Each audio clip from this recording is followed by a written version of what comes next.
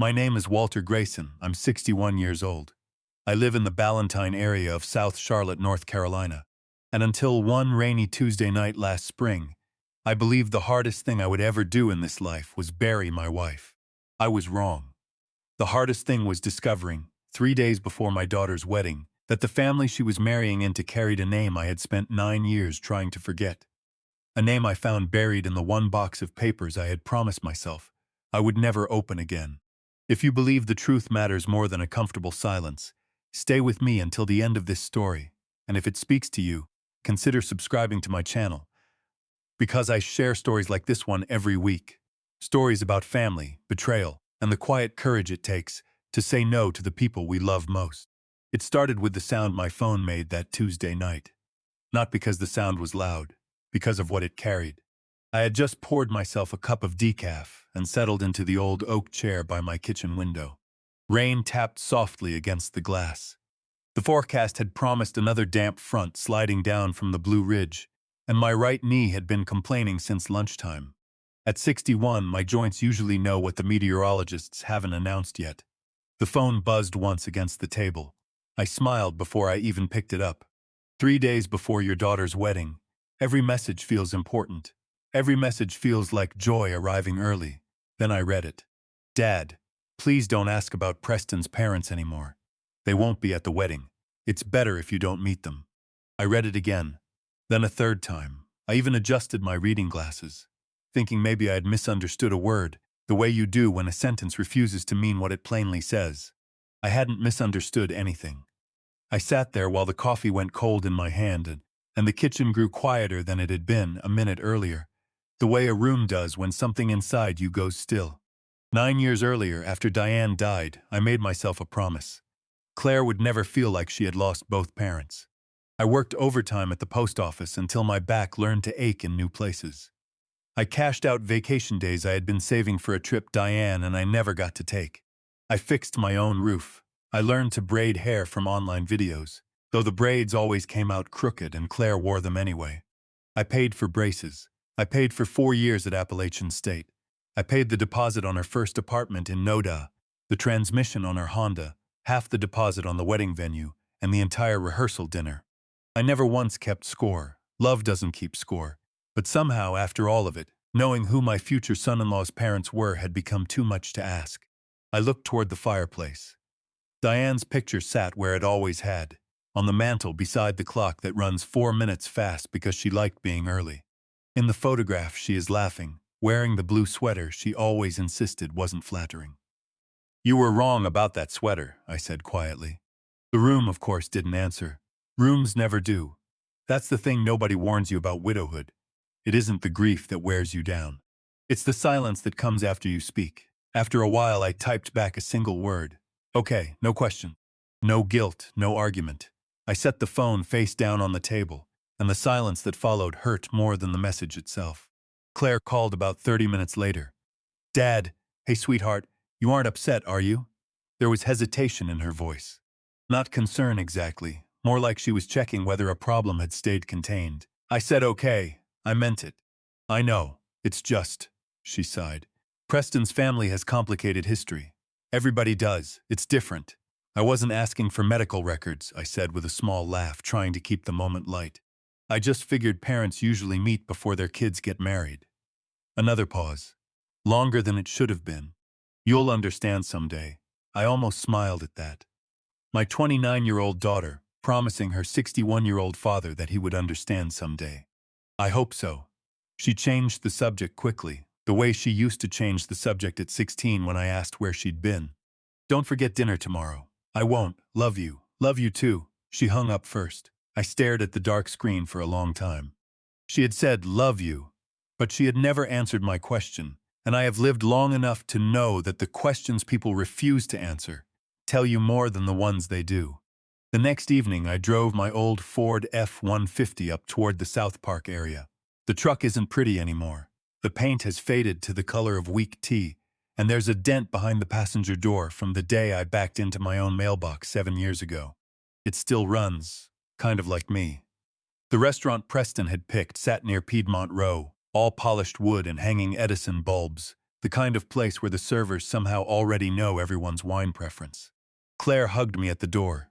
She looked beautiful, happy, nervous. She has her mother's smile, the one that starts in the eyes half a second before it reaches the mouth, and for a moment I forgot every uncomfortable text message ever sent. Then Preston arrived. He shook my hand with both of his, the politician's grip. "Mr. Grayson, I appreciate everything you've done for Claire. You can call me Walter." His smile was polished, too polished, the kind you practice in a mirror until it stops belonging to you. Dinner stayed pleasant through the appetizers. Claire talked about flower deliveries. I complained about the humidity, which is a Charlotte man's constitutional right. Preston told a story about a commercial property deal in the University City corridor that made everyone laugh at the right moments. If a stranger had walked past our table, they would have seen an ordinary family celebrating an ordinary joy. Maybe that's why I chose that moment. "So," I said, setting down my fork as casually as I knew how, "when do I finally get to meet your folks?" Claire looked at Preston immediately. Not naturally, automatically, like she had been waiting for the question and already knew the answer belonged to him. He dabbed his mouth with his napkin before speaking, buying himself 2 full seconds. "Walter." His voice stayed calm, warm even. "My family has some old wounds." I nodded. "I understand. Claire understands them too." He leaned forward just slightly, just enough. "I hope you care enough about her not to dig into things that hurt people." The words were polite. The meaning was not. He hadn't answered my question. He had turned my question into an accusation, and he had done it so smoothly that anyone watching would have thought he was the reasonable one. I noticed Claire watching me, waiting, as though the next move belonged to me, and the whole evening balanced on it. I could have pushed. Instead, I asked quietly, "So they're definitely not coming?" Claire spoke before Preston could. "No." Then she added something that landed harder than she realized. "They come from a different world." I frowned. "What does that mean?" She looked embarrassed. I don't want anything to get awkward." Awkward. Such a harmless little word. Except I knew exactly what she meant. She wasn't talking about Preston's parents. She was talking about me.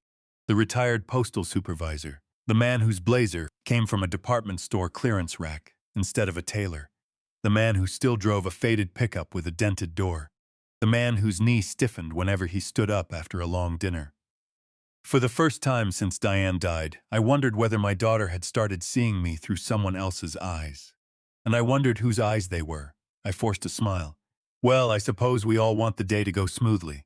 Relief washed across her face like sunlight. She thought the conversation was over. So did Preston.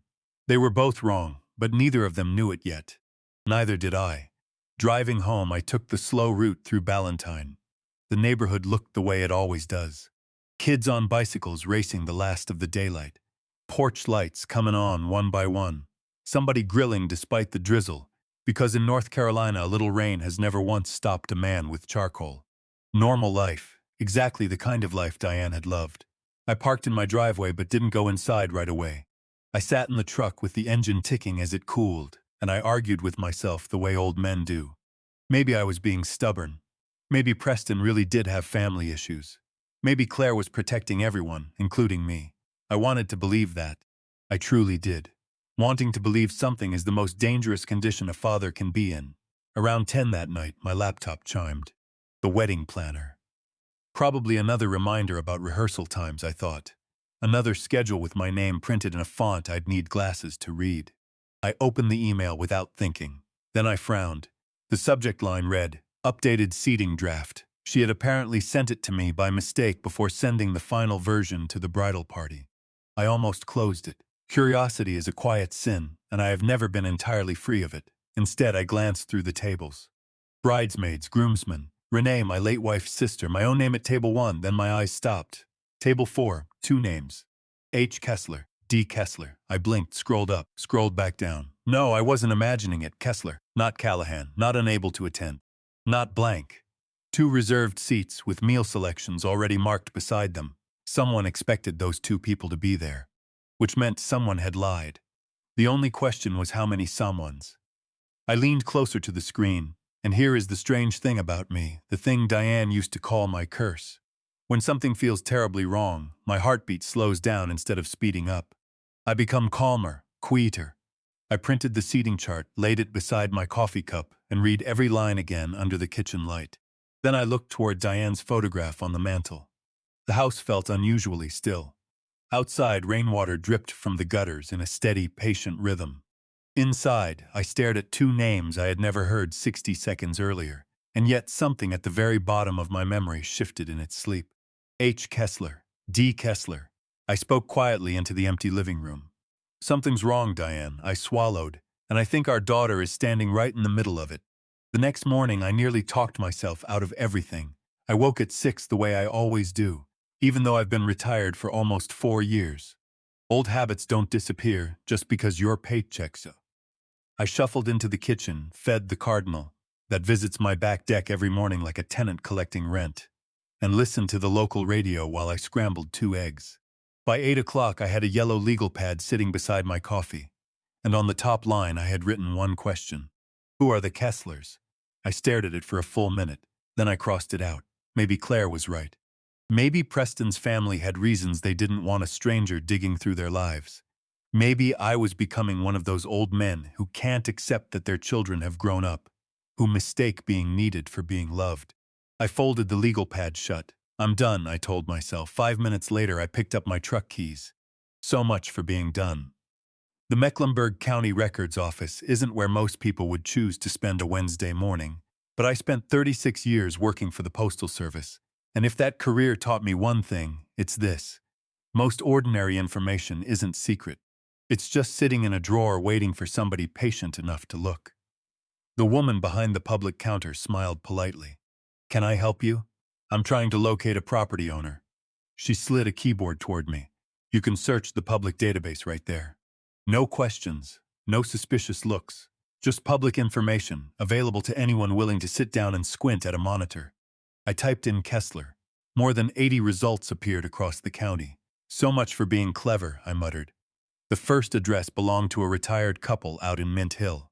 The second had been sold 5 years earlier. Another Kessler owned farmland an hour east past Monroe. None of it meant anything. After 90 minutes, my neck ached from leaning toward the screen, and I laughed quietly at myself. What exactly are you doing, Walter? The woman at the counter glanced over. You okay? Just realizing retirement gives a man too much free time. She chuckled. You'd be surprised how many people come in here trying to solve family mysteries. I hope most of them find happier endings. I hope so too, she said kindly, and went back to her stamp pad. I stopped for lunch at a little diner off Pineville Matthews Road. The waitress recognized me before I reached the booth. The usual? You remember? You always order the turkey sandwich and ask for extra pickles. Guess I'm predictable. She poured fresh coffee without being asked. You look like a man with something on his mind. My daughter gets married Saturday. Her whole face brightened. That's wonderful. It should be. The words slipped out before I could stop them, and I heard how they sounded. She didn't pry. She simply refilled my cup and said, Sometimes weddings bring out strange things in families. Funny how complete strangers can hand you the exact sentence you need. By early afternoon, I had decided the whole search was foolish, an old man chasing shadows across a county database. I was halfway home on Highway 51 when my phone rang. Renee, Diane's younger sister, has never once in her life called just to chat. You sound tired, she said the moment I answered. I've been chasing ghosts. What kind? I told her everything. The text message, the dinner, the seating chart, the name Kessler. She stayed quiet for several seconds, and Renee is not a quiet woman, so the silence itself was information. Then she asked one question, slowly, the way you step onto ice you don't trust. Did you say Kessler? Yeah, Deborah Kessler? I don't know the first names. The chart just says H and D. Silence again. Longer this time. When she finally spoke, her voice had dropped half an octave. Walter, I haven't heard that last name in years. Something tightened in my chest. Why? You remember all those papers after Diane died? Of course I remembered. Boxes of paperwork, lawyers, insurance forms. A settlement agreement I signed because I couldn't afford years of court battles and a daughter in college at the same time. Walter, Renee said, I could swear the administrator at Cedar Hollow was named Deborah Kessler. I pulled onto the shoulder without realizing I was doing it. Gravel crunched under the tires. Cars kept rushing past. A landscaping crew trimmed hedges across the road. Life continued. Mine for a moment did not. You may be wrong, I said. I may be, But I remember that name, Walter. I remember it because I hated her. I drove back to the records office instead of home. This time I searched differently. Not Kessler the person. Kessler the business. I tried Kessler Holdings, nothing. Then I searched the state's corporation registry for LLCs. Several appeared. Most were irrelevant, a landscaping outfit, a defunct catering company. One caught my eye and held it. Kessler Family Holdings, LLC. Registered agent address, Huntersville, North Carolina. Listed managing member, Harold A. Kessler, Huntersville. I sat back in the plastic chair and did the arithmetic that no father wants to do. The address sat less than 25 minutes from my own front door. Claire had told me Preston's parents wouldn't be at the wedding. She had let me believe they lived somewhere far away, somewhere unreachable, somewhere safely abstract. She had never mentioned that they lived practically around the corner, close enough to smell the same rain. Rain started falling again as I drove north on I-77 toward Huntersville. Not heavy rain, the kind that hangs in the air like a held breath. My knee throbbed every time my foot moved between the gas and the brake, and by the time I passed the Lake Norman exits I'd had enough. I pulled into a grocery store lot, bought a bottle of water, 2 pain relievers, and the largest coffee they sold. The young cashier smiled at me. Long day? You have no idea. I carried it all back to the truck and just sat there for a while, watching people load groceries, watching parents buckle children into their seats, watching ordinary life continue in the ordinary way it insists on. I am entirely too old, I said out loud to no one, to be sitting in a parking lot playing detective. I almost started the engine and pointed it home. Almost. Instead, I drove the remaining mile. The neighborhood surprised me. Tree-lined streets, large brick homes set back on deep lawns, fresh landscaping, seasonal flowers in matched beds, not flashy. Quiet wealth, the kind that doesn't want to be photographed, only obeyed. I parked across the street and down a few houses, and for nearly 15 minutes nothing happened at all. I began to wonder if I had made another mistake, if the address was stale, if Renee's memory had played a trick on both of us. Then a black BMW turned into the driveway. Preston climbed out. He wasn't alone. Claire stepped out of the passenger side, laughing at something he said, her hand shielding her hair from the mist. The front door of the house opened, and a woman in her 60s hurried out onto the steps. Claire hugged her. Not politely. Not the careful hug you give a stranger. The kind of hug you give someone you have known for a while. Someone whose kitchen you have sat in. A tall, gray-haired man followed, and Preston clapped him on the shoulder the way sons do. The 4 of them stood there in the drizzle, completely comfortable, completely familiar. Like family, not strangers hiding a painful history. Family. I felt something sink inside me, slow and heavy, like a stone finding the bottom of a pond. Claire knew.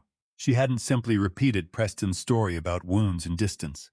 She had looked her father in the eye, at a dinner he was paying for, and lied. About 20 minutes later, the 4 of them climbed into 2 vehicles. I stayed several cars back, and I want to be honest with you about what that felt like. Because honesty is the whole reason I'm telling this story. I wasn't proud of it. 61-year-old men are not supposed to follow their daughters through afternoon traffic, but I had spent 9 years protecting that girl from everything the world could throw at her, and some instinct older than pride told me the danger this time wasn't coming from the world. It was coming from inside the wedding. They stopped at a small diner wedged between a hardware store and a pharmacy off Gilead Road. I didn't join them, obviously.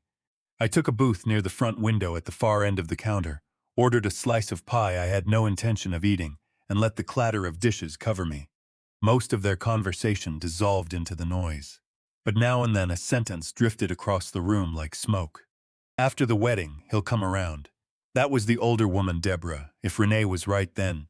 The house is the cleanest asset. I frowned at my untouched pie. House? Whose house? Then another voice, deeper. Probably Harold. Old cases don't come back unless someone pays to dig. My stomach tightened around nothing. I couldn't tell what case they meant, but something in the way he said, it sounded rehearsed. Not like fear, like experience. The waitress refilled my coffee. Across the room, Preston pulled a folder from his briefcase and slid several pages toward Claire. She skimmed them for only a few seconds. Then she signed, no hesitation, no questions. She signed the way you sign for a package. When she turned a page, I caught a few printed words from where I sat. Family transfer, marital planning, and at the bottom of another page, a header, Kessler Holdings. I couldn't read anything more. and I didn't need to. Whatever my daughter had just signed involved his family's paperwork. My instincts, the ones that had sorted 36 years of other people's mail, told me this was not about wedding flowers. Then I heard the sentence that froze me where I sat. Deborah lowered her voice, almost to a whisper, but some whispers are built to carry. Cedar Hollow taught us one thing. A small, satisfied pause. People forget when they're tired enough. The fork slipped out of my hand and rang against the plate. Cedar Hollow. I had not spoken those two words aloud in 9 years. Cedar Hollow Senior Care was where Diane went to recover after her hip surgery. It was supposed to be 3 weeks of physical therapy and bad television. She died there on the 7th day. And for one impossible second, sitting in that diner with my coffee going cold, I could hear the phone call I received at 2:14 in the morning 9 years ago. Word for word. Mr. Grayson, I'm so sorry. There were complications. I paid my bill without touching the pie. I drove home in a silence so complete I could hear my own pulse. The house smelled the way it always does. Old books, coffee, cedar from the hallway closet. And I walked straight past all of it to the linen closet, to the box I had promised myself I would never open again. Diane's file box, hospital records, insurance papers, letters from attorneys, the settlement agreement. For 9 years it had lived behind the extra towels and an old Christmas tablecloth, and I had told myself I kept it because throwing it away felt wrong. The truth was simpler. I wasn't ready to read it again.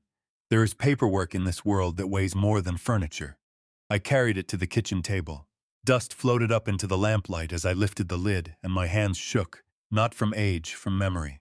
Diane's handwriting still covered the cardboard lid. Medical insurance, don't lose. I smiled despite everything. Still organizing my life, I whispered. Then I opened it. The first folder held hospital invoices. The second, physical therapy paperwork from the hip replacement. The third contained sympathy cards I had never had the heart to throw away, dozens of them. All that careful cursive from people who didn't know what to say and said it anyway. Under those sat a thick envelope from the attorney who had handled the settlement. I remembered every meeting, every invoice, every conversation that ended the same way. Mr. Grayson, continuing this case could cost tens of thousands of dollars. Back then I was still paying Claire's tuition. The mortgage and the medical bills insurance had declined. I could not afford to fight forever, so I signed. Not because I believed Cedar Hollow had done nothing wrong. Because grief had made me tired enough to surrender. People forget when they're tired enough. I closed my eyes. Maybe that hadn't been a casual remark in a diner. Maybe it was a philosophy. Maybe it was a business model. By midnight, the kitchen table had disappeared under stacks of paper. Medication logs, insurance correspondence, copies of incident reports, letters between lawyers, each one politer and colder than the last. And then, halfway down the stack, I found something I had completely forgotten existed. An internal memo, yellowed at the edges, included by accident or by some clerk's indifference in a records release we'd requested during the case. I stared at the signature at the bottom of the page, and my breathing simply stopped. There, in neat blue ink, were 5 words I never expected to see again. Deborah Kessler, Administrative Director. I lowered myself into the chair like a man twice my age. Outside, rain tapped softly against the windows.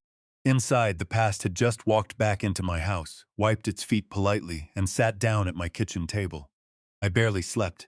Every time the house settled with its usual creaks, I opened my eyes and looked down the dark hallway as if the box might have moved. At 6:30 I made coffee, toasted 2 slices of wheat bread I didn't eat, and called Renee. She answered on the second ring. "Tell me you found something." I found Deborah's signature. She was the administrative director. It's on an internal memo from the records release. Renee didn't speak for a moment. "I knew it," she finally said. "I told you I remembered her." "You remembered because you hated her." "I hated her," Renee said evenly, "because she scared people. She scared the nurses. She scared the families. Even our own lawyers acted differently whenever her name came up. You remember how the records took months? How employees suddenly couldn't recall conversations they'd had the week before?" I leaned back in my chair. "Why didn't we keep fighting?" "Because you were exhausted. So was I. They delayed everything until the delays cost more than the truth. And then," she paused, "then they offered just enough money to cover the bills." I knew exactly what she meant. Not enough to feel like justice. Just enough to make survival possible. "They never convinced us they were innocent," I said.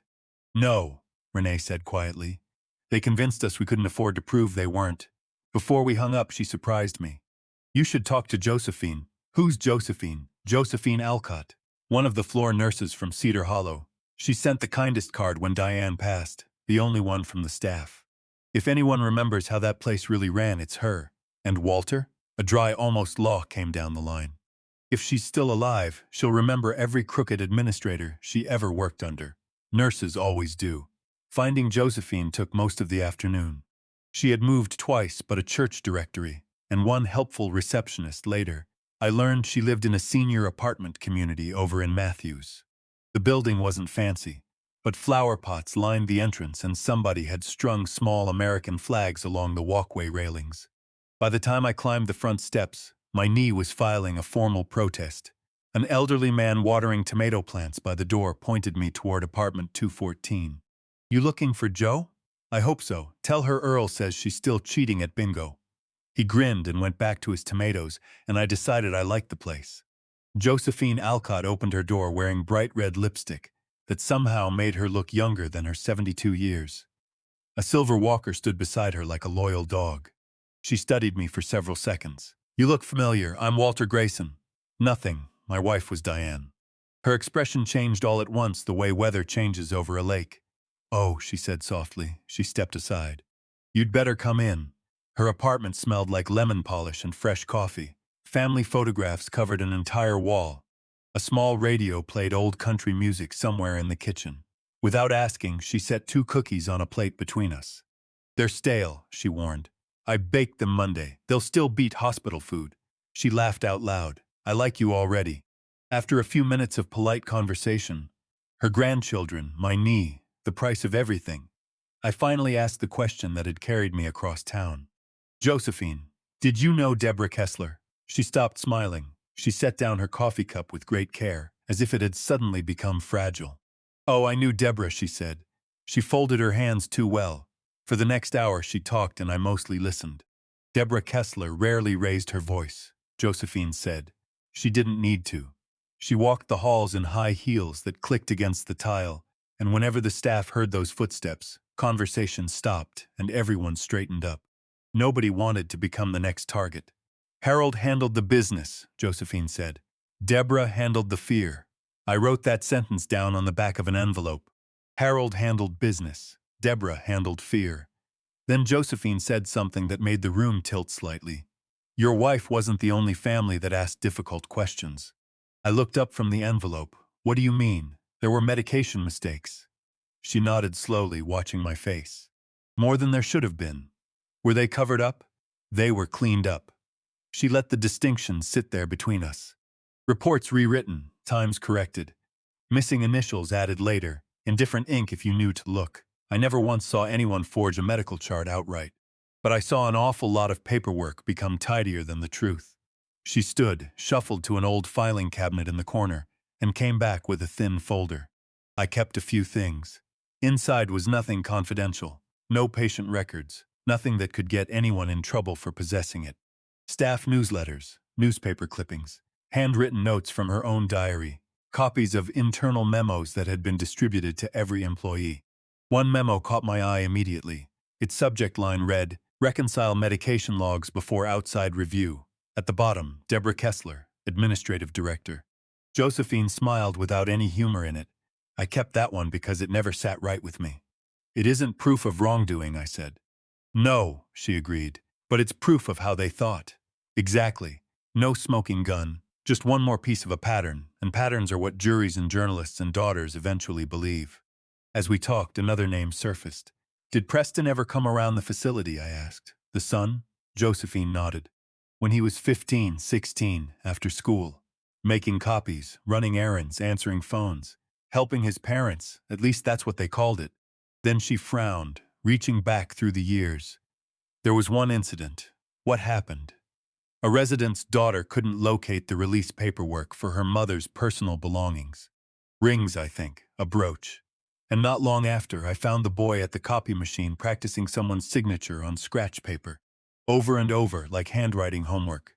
I blinked. Did anyone report it? He was a teenager. His parents owned the place. Nobody wanted to lose a paycheck over something everyone agreed to call harmless.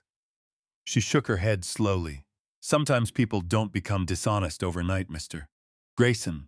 They grow up believing the rules belong to other people. That sentence stayed with me the whole drive home. It stays with me still. As I was leaving, Josephine reached into her folder one last time. I almost forgot. She handed me a photocopy of a civil complaint, filed 3 years earlier. Public record, pulled from the courthouse by a nephew who was in law school and humored her hobbies. The names at the top made my stomach tighten. Preston Callahan, Harold Kessler. The lawsuit involved an elderly widow up in Concord who, according to the complaint, had been pressured into selling her home to an LLC for far below market value.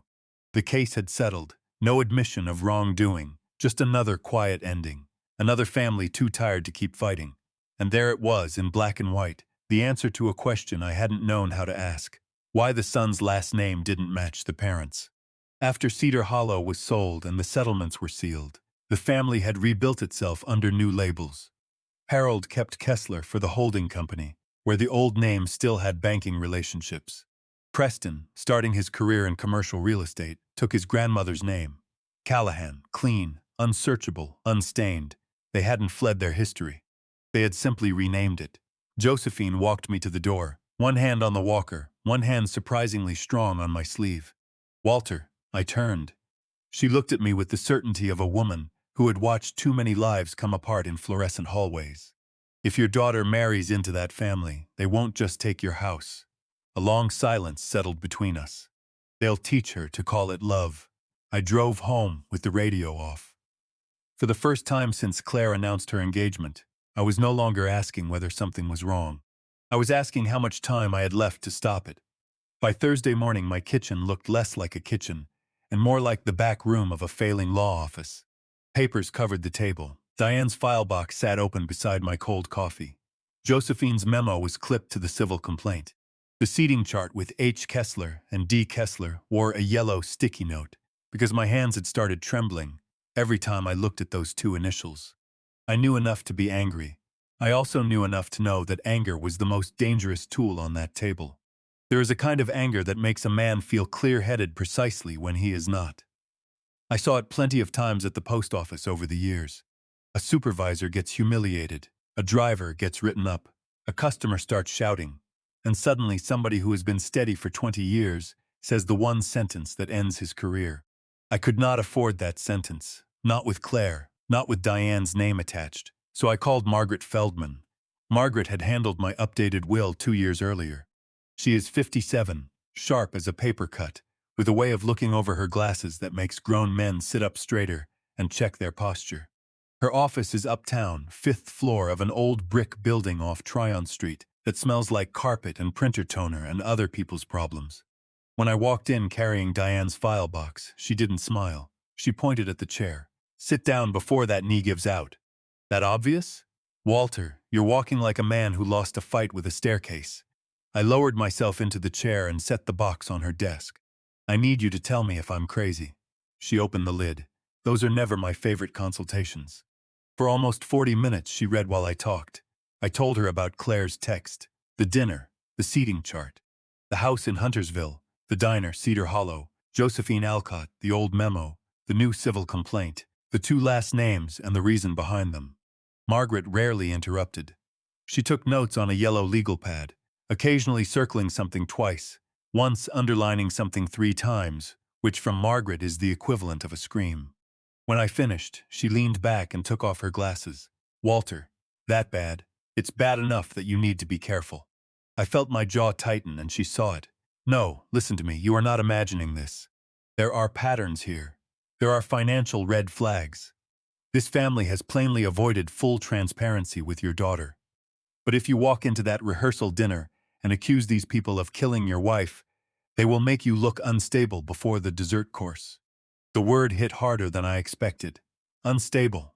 Yes, because you're the widower, because you're the father of the bride, because you sat outside their house in your truck, because grief hands dishonest people an easy costume to put on you, and they have had years of practice dressing other people in it. I stared at Diane's memo on the desk. Margaret's voice softened by exactly 1 degree. "You don't need a scene, Walter. You need proof. I have proof. You have pieces. Pieces matter. But pieces have to be used correctly, in the right order, in the right room.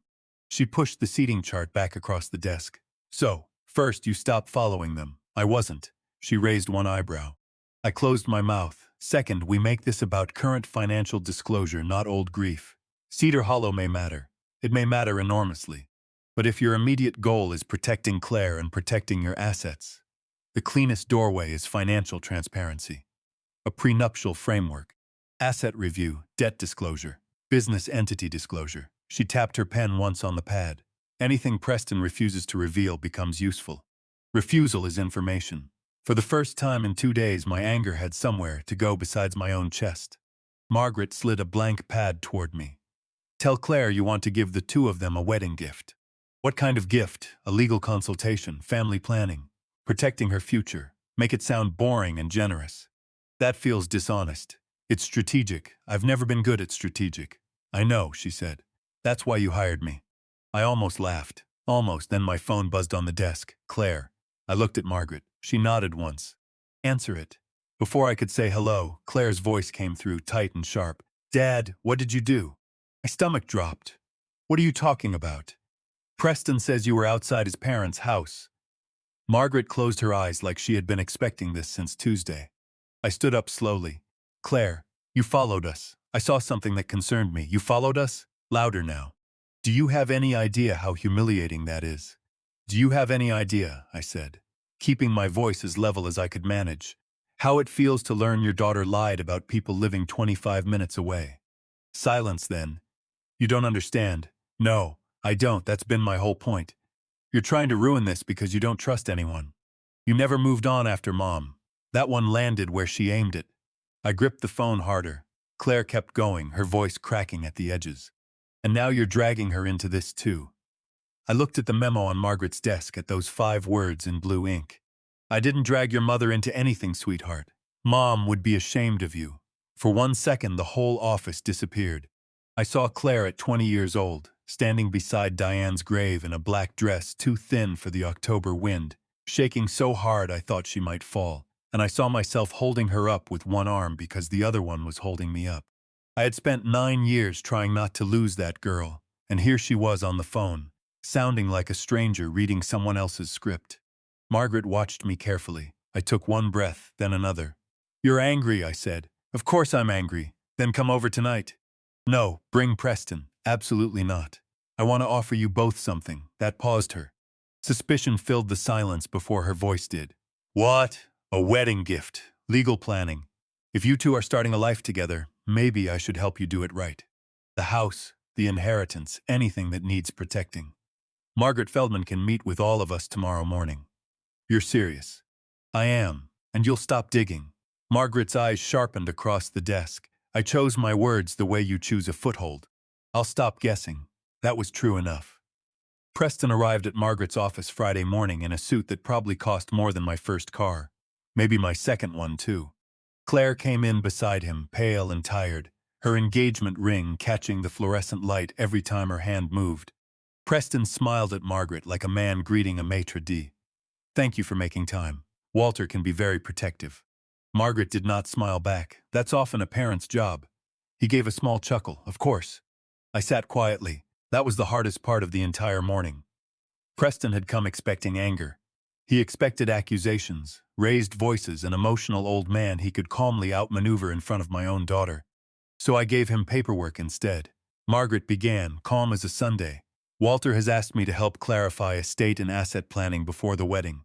If any family property is ever transferred, we want Claire protected. Preston leaned forward instantly. Absolutely, I've been saying the same thing. Claire glanced at him, a flicker, and he kept going a half second too quickly. Transparency is important, especially with a home involved. Margaret made a small note. Which home are you referring to? Preston blinked once. Walter's. I kept my face perfectly still. Margaret nodded pleasantly. And what's your understanding of its value? Well, Ballantyne's appreciated. Depending on condition, 450, maybe 5. Claire looked at me then, and I watched the question cross her face in real time. How does he know that?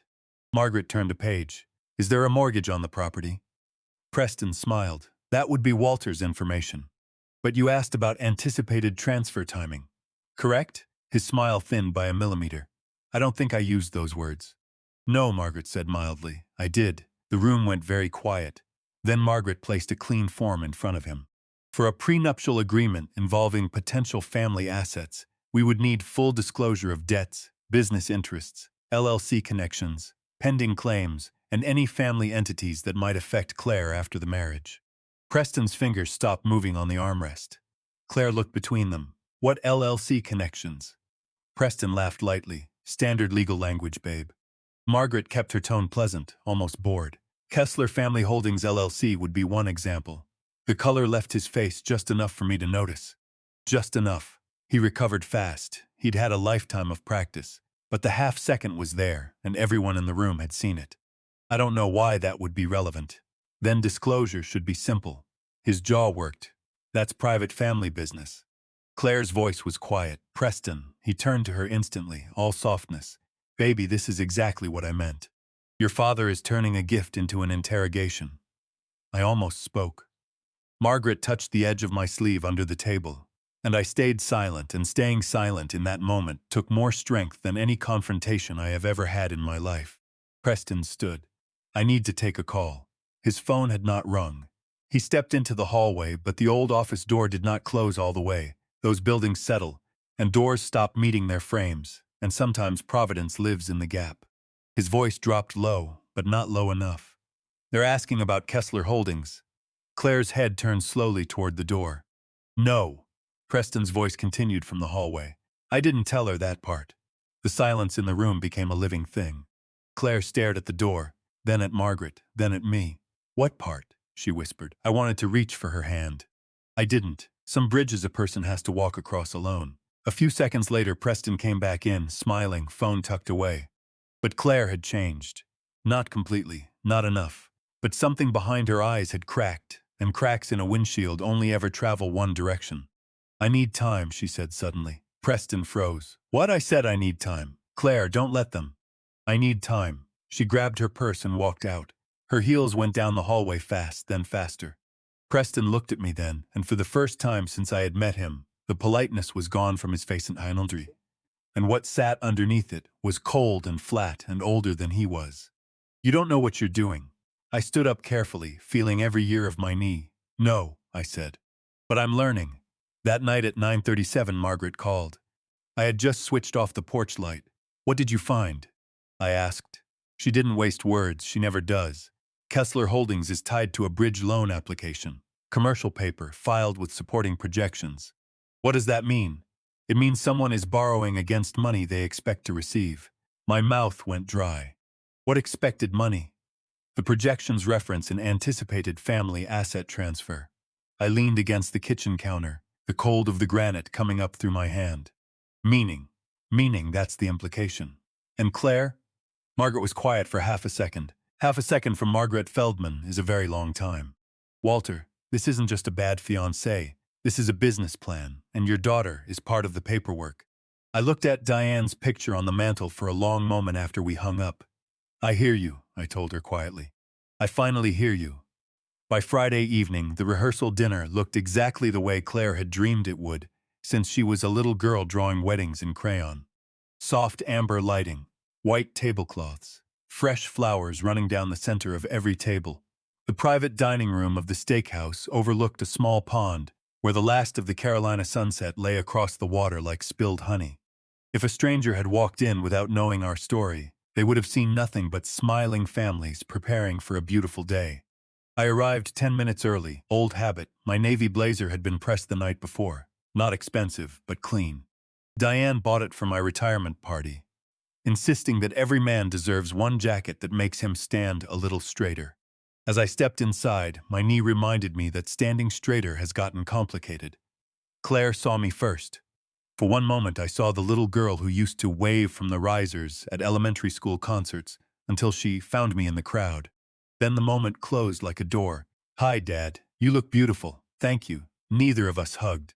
That hurt more than anything Preston had ever said. Guests filled the room slowly. Cowworkers, bridesmaids, groomsmen, a few cousins from both sides. Everyone chatted comfortably, unaware that underneath the pleasant noise, Several people in that room were carrying secrets heavy enough to crack the floor. Then Preston walked in, confident, relaxed, kissing Claire on the forehead before working the room handshake by handshake. His parents arrived a few minutes later, not as absent family, not as mysterious relatives who tragically couldn't attend. They arrived as old family friends. I watched Preston introduce them table by table. This is Harold, and this is Deborah. No last name, no explanation. Just enough truth wrapped around the lie to keep it warm. When Harold reached my table, he offered his hand. Nice to finally meet you. I looked at him for a full 2 seconds before shaking it. You too. His smile never moved, neither did mine. Two men holding a handshake over a grave neither of them mentioned. Just before everyone sat down, Renee slipped into the room wearing a dark green jacket, carrying herself with the confidence of a woman who stopped caring about other people's opinions decades ago. She leaned close to my ear. You ready? I don't know. She squeezed my shoulder. Good. I frowned. Good. The people who enjoy these moments too much, she said, usually turn out to be the villains. I couldn't argue with that. I've thought about that sentence many times since. Dinner began quietly. Steaks arrived. Wine glasses touched. People laughed over harmless stories about college roommates and honeymoon disasters. I barely tasted my food. Across the room, Deborah laughed at something one of Preston's business associates said. Her head tipped back, completely at ease. Too at ease. As though Cedar Hollow had happened to some other woman, in some other life, and maybe in her mind it had. Margaret arrived 20 minutes into the meal. She wasn't invited, and she wasn't crashing either. She simply walked in, carrying a leather briefcase, nodded politely to the event coordinator, as though she had every reason to be there, and came straight to my table. Everything about her said attorney. Professional, calm, prepared. She set several large envelopes beside my bread plate. No surprises, she said quietly. Everything inside is public record or privately owned by you. Nothing confidential. Nothing actionable against you. Thank you. You only get one chance to do this correctly. She looked directly at me over her glasses. And Walter, let them speak. People hang themselves with their own rope far more convincingly than we could ever manage. Half an hour later, Preston stood to give a toast. He raised his glass and let the room settle around him, the way rooms always seem to settle around him. When I met Claire, I knew I'd found someone who believed in honesty. I almost looked away. In family. Several guests smiled, and in building a future based on trust. Beside me, Renee muttered under her breath, "That's rich." Laughter rippled through the room as he finished. Everyone applauded. Then I stood. Not quickly, not dramatically. Just slowly enough that the conversations faded on their own, the way they do when a room senses weather changing. I'd like to say something. Claire's face tightened. Dad, it'll only take a minute. I waited until the room was fully quiet. Then I spoke exactly the way Margaret and I had practiced at her office, sentence by sentence, no adjectives, no accusations, nothing a lawyer could later call a scene. When Claire first told me about this wedding, I was excited to meet the family she was joining. I looked toward Harold and Deborah. I was later told they couldn't attend. A few guests exchanged puzzled glances, eyes moving to the couple, who were very plainly attending. Imagine my surprise when I learned they were not only attending. I let my gaze travel slowly around the room, but had been living less than half an hour from my house. Silence. Preston smiled tightly. There seems to be some misunderstanding. I don't think there is. Deborah laughed softly, graciously, a hostess smoothing a wrinkle. We're private people. I respect privacy. I lifted the seating chart from beside my plate and held it up. I don't respect deception. The room became very still. Margaret quietly handed me the envelopes, and I walked around the room one person at a time, setting them down like a man dealing the last hand of the night. One for Claire, one for Preston, one for Harold, one for Deborah, one for the efficient, two for Preston's business associates. One for Claire's maid of honor, whose parents had known our family for 20 years. Nobody opened them right away. I returned to my seat. You can read them now. Claire opened hers first. Inside were copies of public records. The state registration of Kessler Family Holdings LLC, listing Harold A. Kessler as managing member. The civil complaint from Concord involving the elderly widow, filed against Preston Callahan and Harold Kessler, settled without admission. The Cedar Hollow administrative memo, reconcile medication logs before outside review, bearing Deborah Kessler's signature, and a short, notarized letter from Josephine Alcott, R. retired, confirming that she had worked at Cedar Hollow Senior Care and had preserved publicly shareable staff documents from her employment. Nothing confidential, nothing exaggerated, just paper, just facts, holding still. Across the room, Preston's smile disappeared like a light going out. "This proves nothing," Harold said. "It proves more than you wanted anyone here to know," Margaret answered calmly. Deborah folded her papers with two precise creases. "This is harassment." "No," Margaret replied. "It's documentation." Preston stepped forward suddenly and his finger came up, pointed at me. "This is because he can't let go of the past. He blames my family for his wife's death." I answered quietly, because quiet was the only weapon they had never learned to counter. "I blame your family for hiding from it." Claire looked from one face to another, the papers trembling slightly in her hands. "Preston!" He turned to her immediately, voice dropping into that soft register he saved for her. "Don't. They're manipulating you." But she wasn't looking at me, and she wasn't looking at him. She was staring at the Kessler Holdings registration, at the address in Huntersville, at the date. Then the dining room doors opened and every head in the rooms turned. Josephine Alcott entered slowly behind her silver walker. Bright red lipstick, a gray cardigan, perfect posture despite everything the years had taken. Renee walked beside her, one hand hovering near her elbow. Josephine crossed the room at her own speed, and rooms wait for a woman like that, until she stood a few feet from table 4. She looked directly at Deborah. "Hello, Deborah." The smile left Deborah Kessler's face completely. "I haven't seen you in years," Josephine said. "Not since Cedar Hollow." No one spoke, no one ate. Somewhere a server stood frozen with a water pitcher. "I always wondered," Josephine continued pleasantly, "whether you'd ever tell people who you used to be." Deborah stood. "I don't know this woman." Josephine gave a dry little laugh, the kind that has outlived its own bitterness. "You knew me well enough to rewrite 3 of my incident reports." A murmur went through the room like wind through a field. Harold stepped forward. "That's enough." Josephine didn't even look at him. "You always did let other people clean up your messes." Preston lost his composure first. "This is ridiculous." He grabbed Claire's wrist. "We're leaving." Claire looked down at his hand on her arm, then up at his face. "Let go." His grip tightened. "I said we're leaving." Every conversation in the room had stopped. The air conditioner hummed overhead. Claire slowly, deliberately pulled her arm free. "No." He stared at her. "What?" I said no. She looked at the papers again. Then at Deborah. Then at Harold. And finally she turned to me, her eyes filling. "Dad?" My chest tightened around the word. She held up the Cedar Hollow memo with shaking hands. "What is this? What happened to Mom?" I didn't answer right away. She deserved the truth, not revenge, not anger, not 9 years of grief compressed into a weapon. Just the truth, plain enough to stand on. The room was silent enough that I could hear the ice melting in the water glasses. I looked once at Diane's photograph on my phone's lock screen. Then I met my daughter's eyes. "Your mother went into Cedar Hollow to recover from hip surgery." I swallowed. "She never came home." Claire's shoulders began to shake. "I spent years wondering whether I'd imagined my doubts," I said quietly. I looked directly at Harold and Deborah. They settled the case. They changed their names. They moved on. I looked back at Claire. "But I never forgot your mother, not for one single day." No one spoke. Even Preston had gone silent. The rehearsal dinner ended without anyone announcing it. Not because of shouting, not because of a scene, but because the weight of the truth had finally become heavier than the celebration. People stopped eating. Servers quietly cleared untouched plates. Conversations broke into whispers. One by one, guests collected their coats, offering awkward nods instead of goodbyes.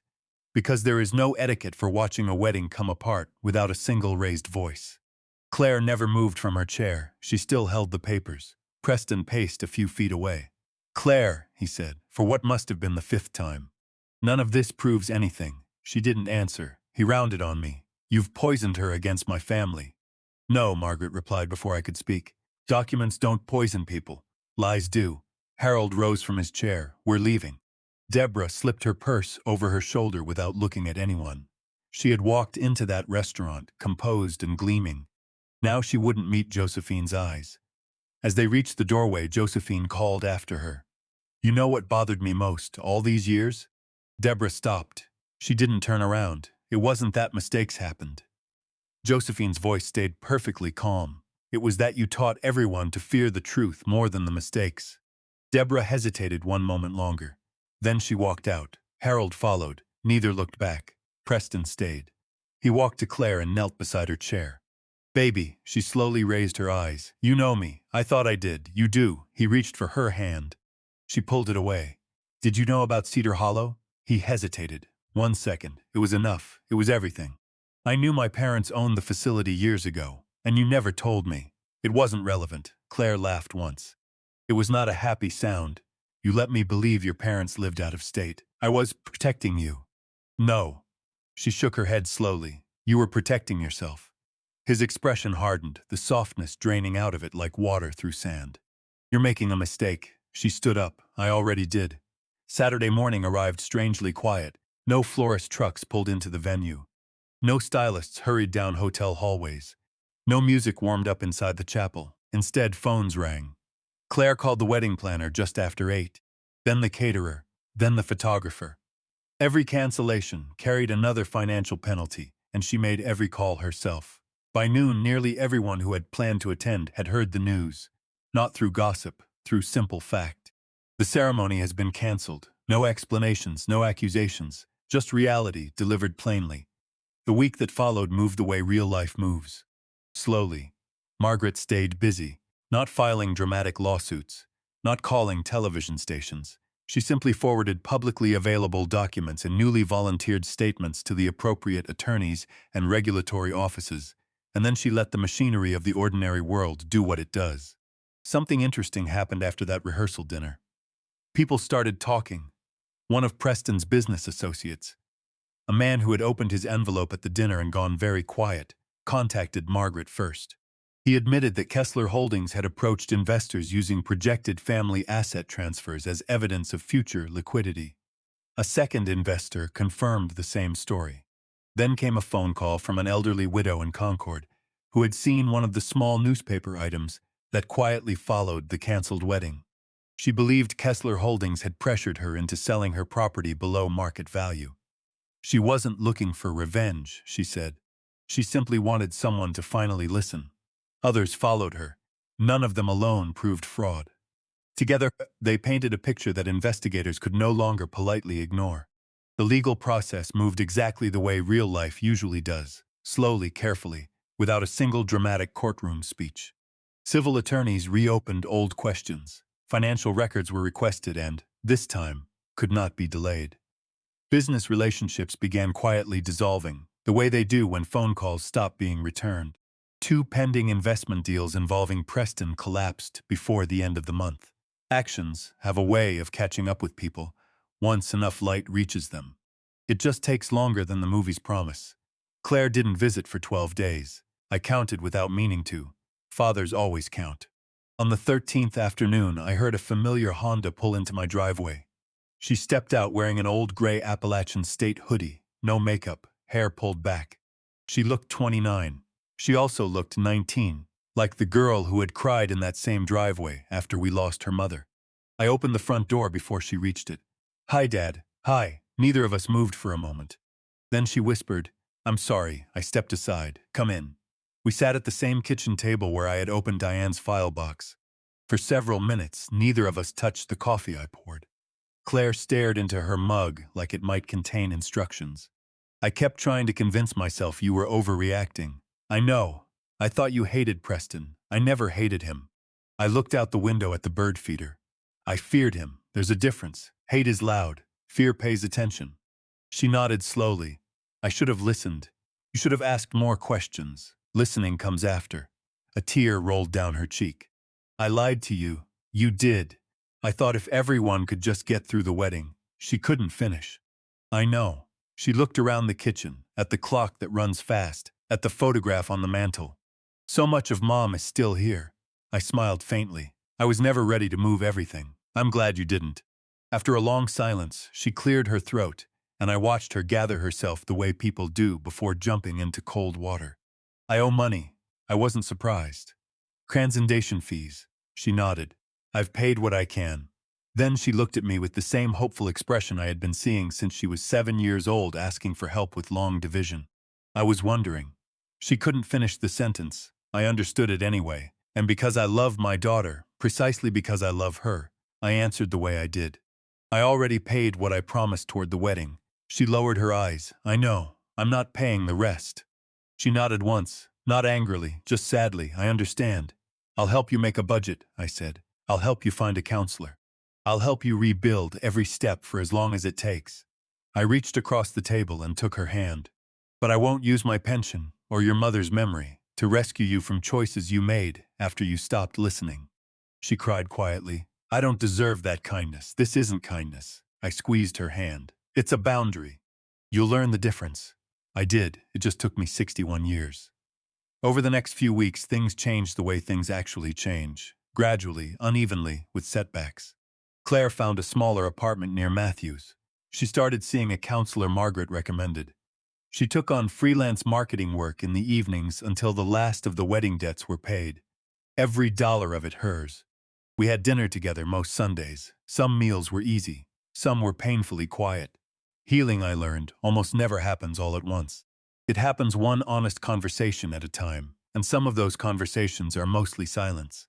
About a month later, I drove to the cemetery. The morning air carried the first cool hint of autumn coming down out of the mountains. White chrysanthemums rested on the passenger seat beside me. Diane always loved simple flowers. They don't try too hard, she once said, and neither should people. I knelt as carefully as my knee allowed. Hi, sweetheart. The breeze stirred the oaks behind me.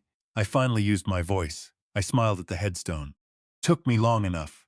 I told her about Claire, about the wedding that didn't happen, about Josephine and her stale cookies and her red lipstick, about Margaret and her yellow legal pads, about how frightened I had been that protecting our daughter would cost me our daughter. Then I just sat there for a while in the quiet.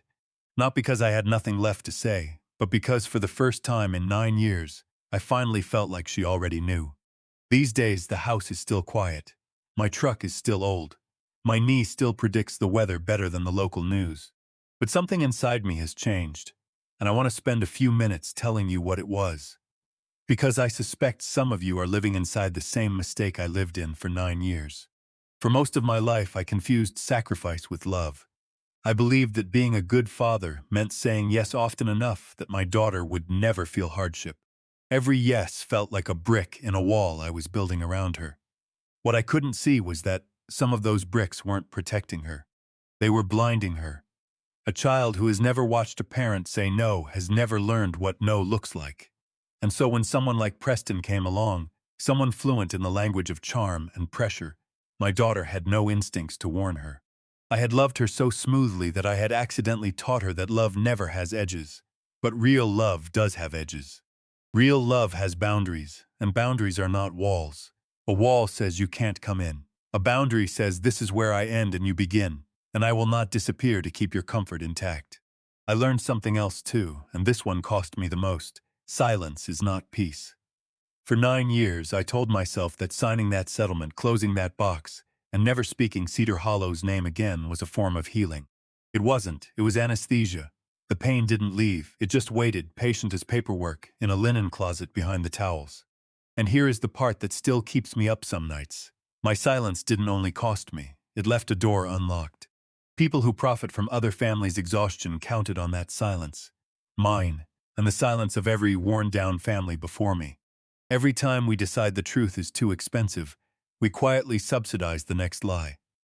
If even one of the families before us had found the strength to keep asking questions, maybe Diane would have grown old and that blue sweater she swore wasn't flattering. And I learned this about deception. It almost never arrives looking like a villain. It arrives looking like a polished young man who shakes your hand with both of his. It arrives as a small request. Don't ask about the parents. It arrives dressed as protectiveness, as privacy, as you'll understand someday. The lies that destroy families are rarely the big dramatic ones. They are the small, reasonable-sounding ones that ask you politely to stop paying attention. So pay attention to who gets uncomfortable when you ask simple questions. Honest people answer simple questions simply. It is only the people with something buried who treat your curiosity like a shovel. To the parents listening, your instincts are not paranoia. If something feels wrong at your child's engagement dinner, in their new relationship, in the story that keeps changing shape, you are allowed to ask. Ask calmly. Ask with documents instead of accusations, the way Margaret taught me, but ask. The risk of an awkward conversation is nothing beside the cost of a silent one. And to the sons and daughters listening, the parent asking uncomfortable questions is usually not the enemy of your happiness. Sometimes the person who loves you least is the one telling you everything you want to hear, and the person who loves you most is the one willing to risk your anger to tell you the truth. Claire and I still have our Sunday dinners. Last week she brought a casserole that was genuinely terrible, and we laughed about it until my ribs hurt, and for a moment the kitchen sounded the way it did when Diane was alive. My daughter is rebuilding, slowly, honestly, on her own dollar and her own terms, and I am prouder of her now, paying off her mistake one freelance invoice at a time, than I ever was watching her plan the perfect wedding, because the wedding was a performance. This is character. Looking back, I don't believe the greatest victory was that the wedding never happened. The greatest victory was that the truth finally had room to breathe.